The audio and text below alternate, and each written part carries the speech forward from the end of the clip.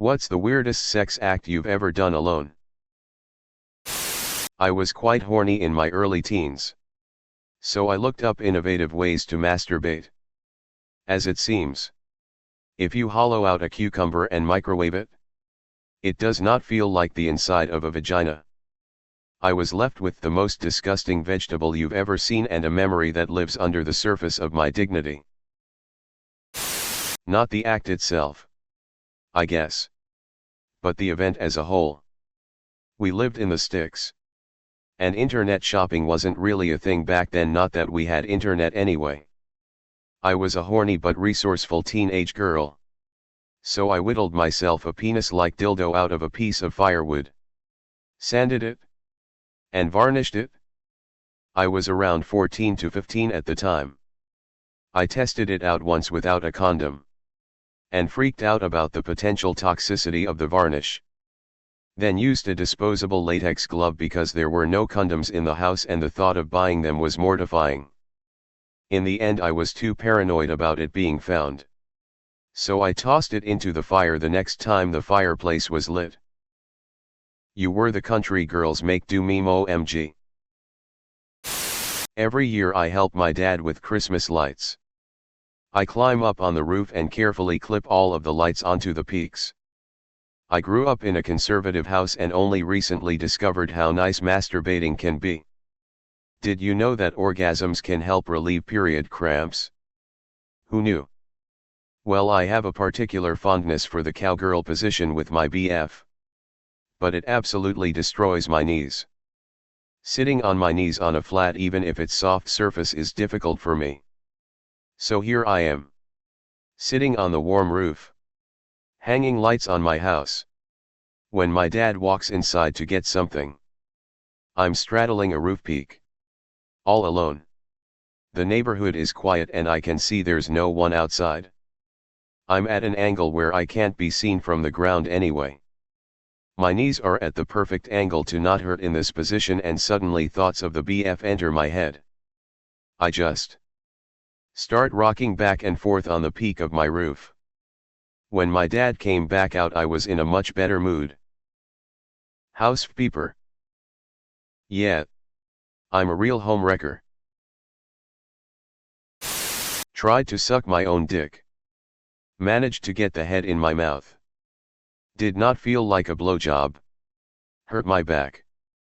2/10 do not recommend. Undefined. Thanks guys. Poured shampoo down my urethra, thinking it would generate some sort of pleasure. Narrator. It did not. I kind of have this fetish where the idea of being experimented on, or being the product of a Frankenstein's monster kind of experiment, is a big turn on. I also have a fetish for being forced to drink liquids. So one day I decided to try combining the two. I set up some spooky green lights in my living room. Then take some plastic tubing I have from other hobbies and make myself a siphon, with one end down my throat a little ways, and the other in a big ass cup of Gatorade sitting on a table above me. May as well hydrate. Am I right? I laid down on my back, with a towel under me, and just kind of let the siphon go. It didn't last long. The weight changed so rapidly the tubing pulled the glass over, spilling the like half-gallon of Gatorade all over me and my carpet. I had put towels down, but it was just so much it still soaked through. So here I am, sitting in the middle of my living room, naked, covered in Gatorade like an asshole. It wasn't a highlight of my solo sexual exploits, but it's a good story I don't ever get to tell, lol. I love that you set up green lights, lol. Real talk. That was the best part, lol. I tried to use hand sanitizer as lube once. Don't try it. Beeped myself with a shampoo bottle on FaceTime with my ex. With my dead hands, I have a neurological condition, flailing about uncontrollably. Was horny. In retrospect, not the sexiest I've ever looked. Saw a thing in a hentai. Decided to try it out. Gave myself a UTI and thrush. If you're gonna peep a bottle, make sure to sterilize it first. In general, don't do what hentais do. You will almost certainly end up with either a UTI, in some form of relationship with some form of demon, or you will be a sleeve at the end of the day. Made a fake vagina with a rubber glove, empty pasta sauce jar, a bath sponge and a rubber band. Then peeped it for weeks as a lonely teenager. This dude is so Italian he peeped a pasta sauce jar. Hope he's using protection. He might get the jar prego. I used a wooden sword as a dildo when I was a teenager. And guard. Yellow mustard is not a great lube. Okay, this is the second person to mention mustard as lube. Got so horny that I masturbated with a carrot and went to see my then BF with the carrot still inside me. 20 minutes bus ride. Just to be greeted by his mom at the door. Nope, the peep outta there even before entering his place. Undefined. Honey. Your GF stopped by. She left a pickled carrot on the doorstep and ran away. Just last year I masturbated to completion without touching my dick the entire time. I didn't rub up against anything either. I just humped the air and tucked my hips back so there was the slightest bit of friction between my thighs and the very base of my shaft between thrusts. I'm honestly kind of proud of that one. I once took a soup spoon up my bum, the handle with some lube on. After I had to throw out the spoon, I just couldn't look at it again the same way. Edit changed the trademarked Vaseline to lube as it was a regular sex lube. Imagine your mom making her prize chicken noodle with it. SMH. I lived with university roommates, 3 other at the time. Added number in brackets. Tied my own legs to the bedposts behind my head, but I tied them too tight, so I had to cut myself out with a mechanical pencil on my nightstand. It took maybe more like 15 minutes. Hey, at least you know you can escape with a mechanical pencil. If your legs are tied, and you have a mechanical pencil nearby, and you can spare 20 minutes. In middle school, I once got a postcard from a girl I was super into. I'm pretty sure it was a generic birthday card. Anyway, I was so excited that I opened the card, cut a hole in the middle and tried to peep it. Didn't go well. Do not recommend. Highly uncomfortable and painful. Do you want to know how I got these scars? My grandmother, bless her soul, was the sweetest, most innocent woman you'd ever met. She would stay with us sometimes and help out around the house. One year, for Christmas, she bought me a pack of hankies. Obviously confused, I wanted an explanation. She said to me that I need to use hankies to blow my nose into, instead of all my clothes, because she did the washing and saw all the crusty stains on them. I am sorry, Grandma. I am really sorry. Your grandma knew exactly what you were doing. Yeah. She knows you're a wonker, Chief. On a long and boring car trip to Colorado with my grandparents and aunt. My grandfather was driving and my grandmother was in the passenger seat. My aunt was in the back seat with me, chatting animatedly with Grandma.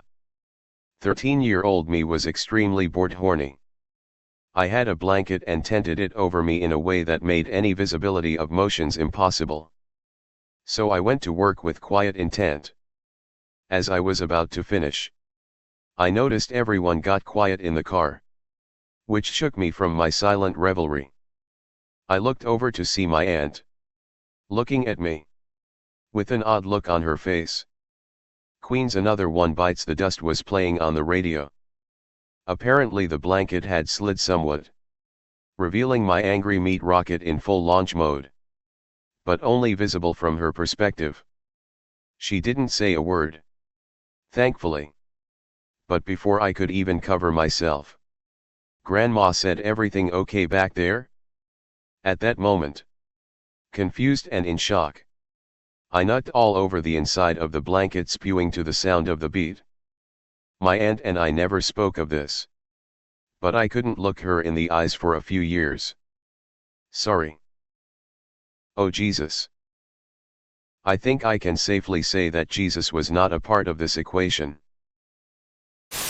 One time when I was like 11, my PS2 controller glitched out and it just vibrated non-stop. That's all I'll say. And the rest is history. When I was in middle school, I ended up in school suspension, where I was essentially locked in a supply closet with a desk in it for a week and a half. The supply closet was connected to the principal's office, but no one really came in to check on me besides at lunchtime, when it was mandatory to bring their closet prisoners food. Anyways, that closet turned into my masturbatorium. Very important masturbatory studies and experiments were conducted in my time there. Very scientific and groundbreaking work was headed by myself and my assistant right-hand woman. Great assistant, and still with me to this day. Years later, when I was in high school, I returned to speak with the new principal of that middle school about supplies for a club project I was working on. I went into the closet where the desk was to gather a few boxes she prepared for me. Lo and behold, I noticed, for the very first time, a camera trained right on the beeping desk. To this day I have no idea if that camera was there while I was in there. It's the exact same as the rest of the cameras in that school, so I feel like it has been. At age 8, on vacation in Spain with my family, I made love to a Smarties tube. Got my penis stuck, and then my brother busted me.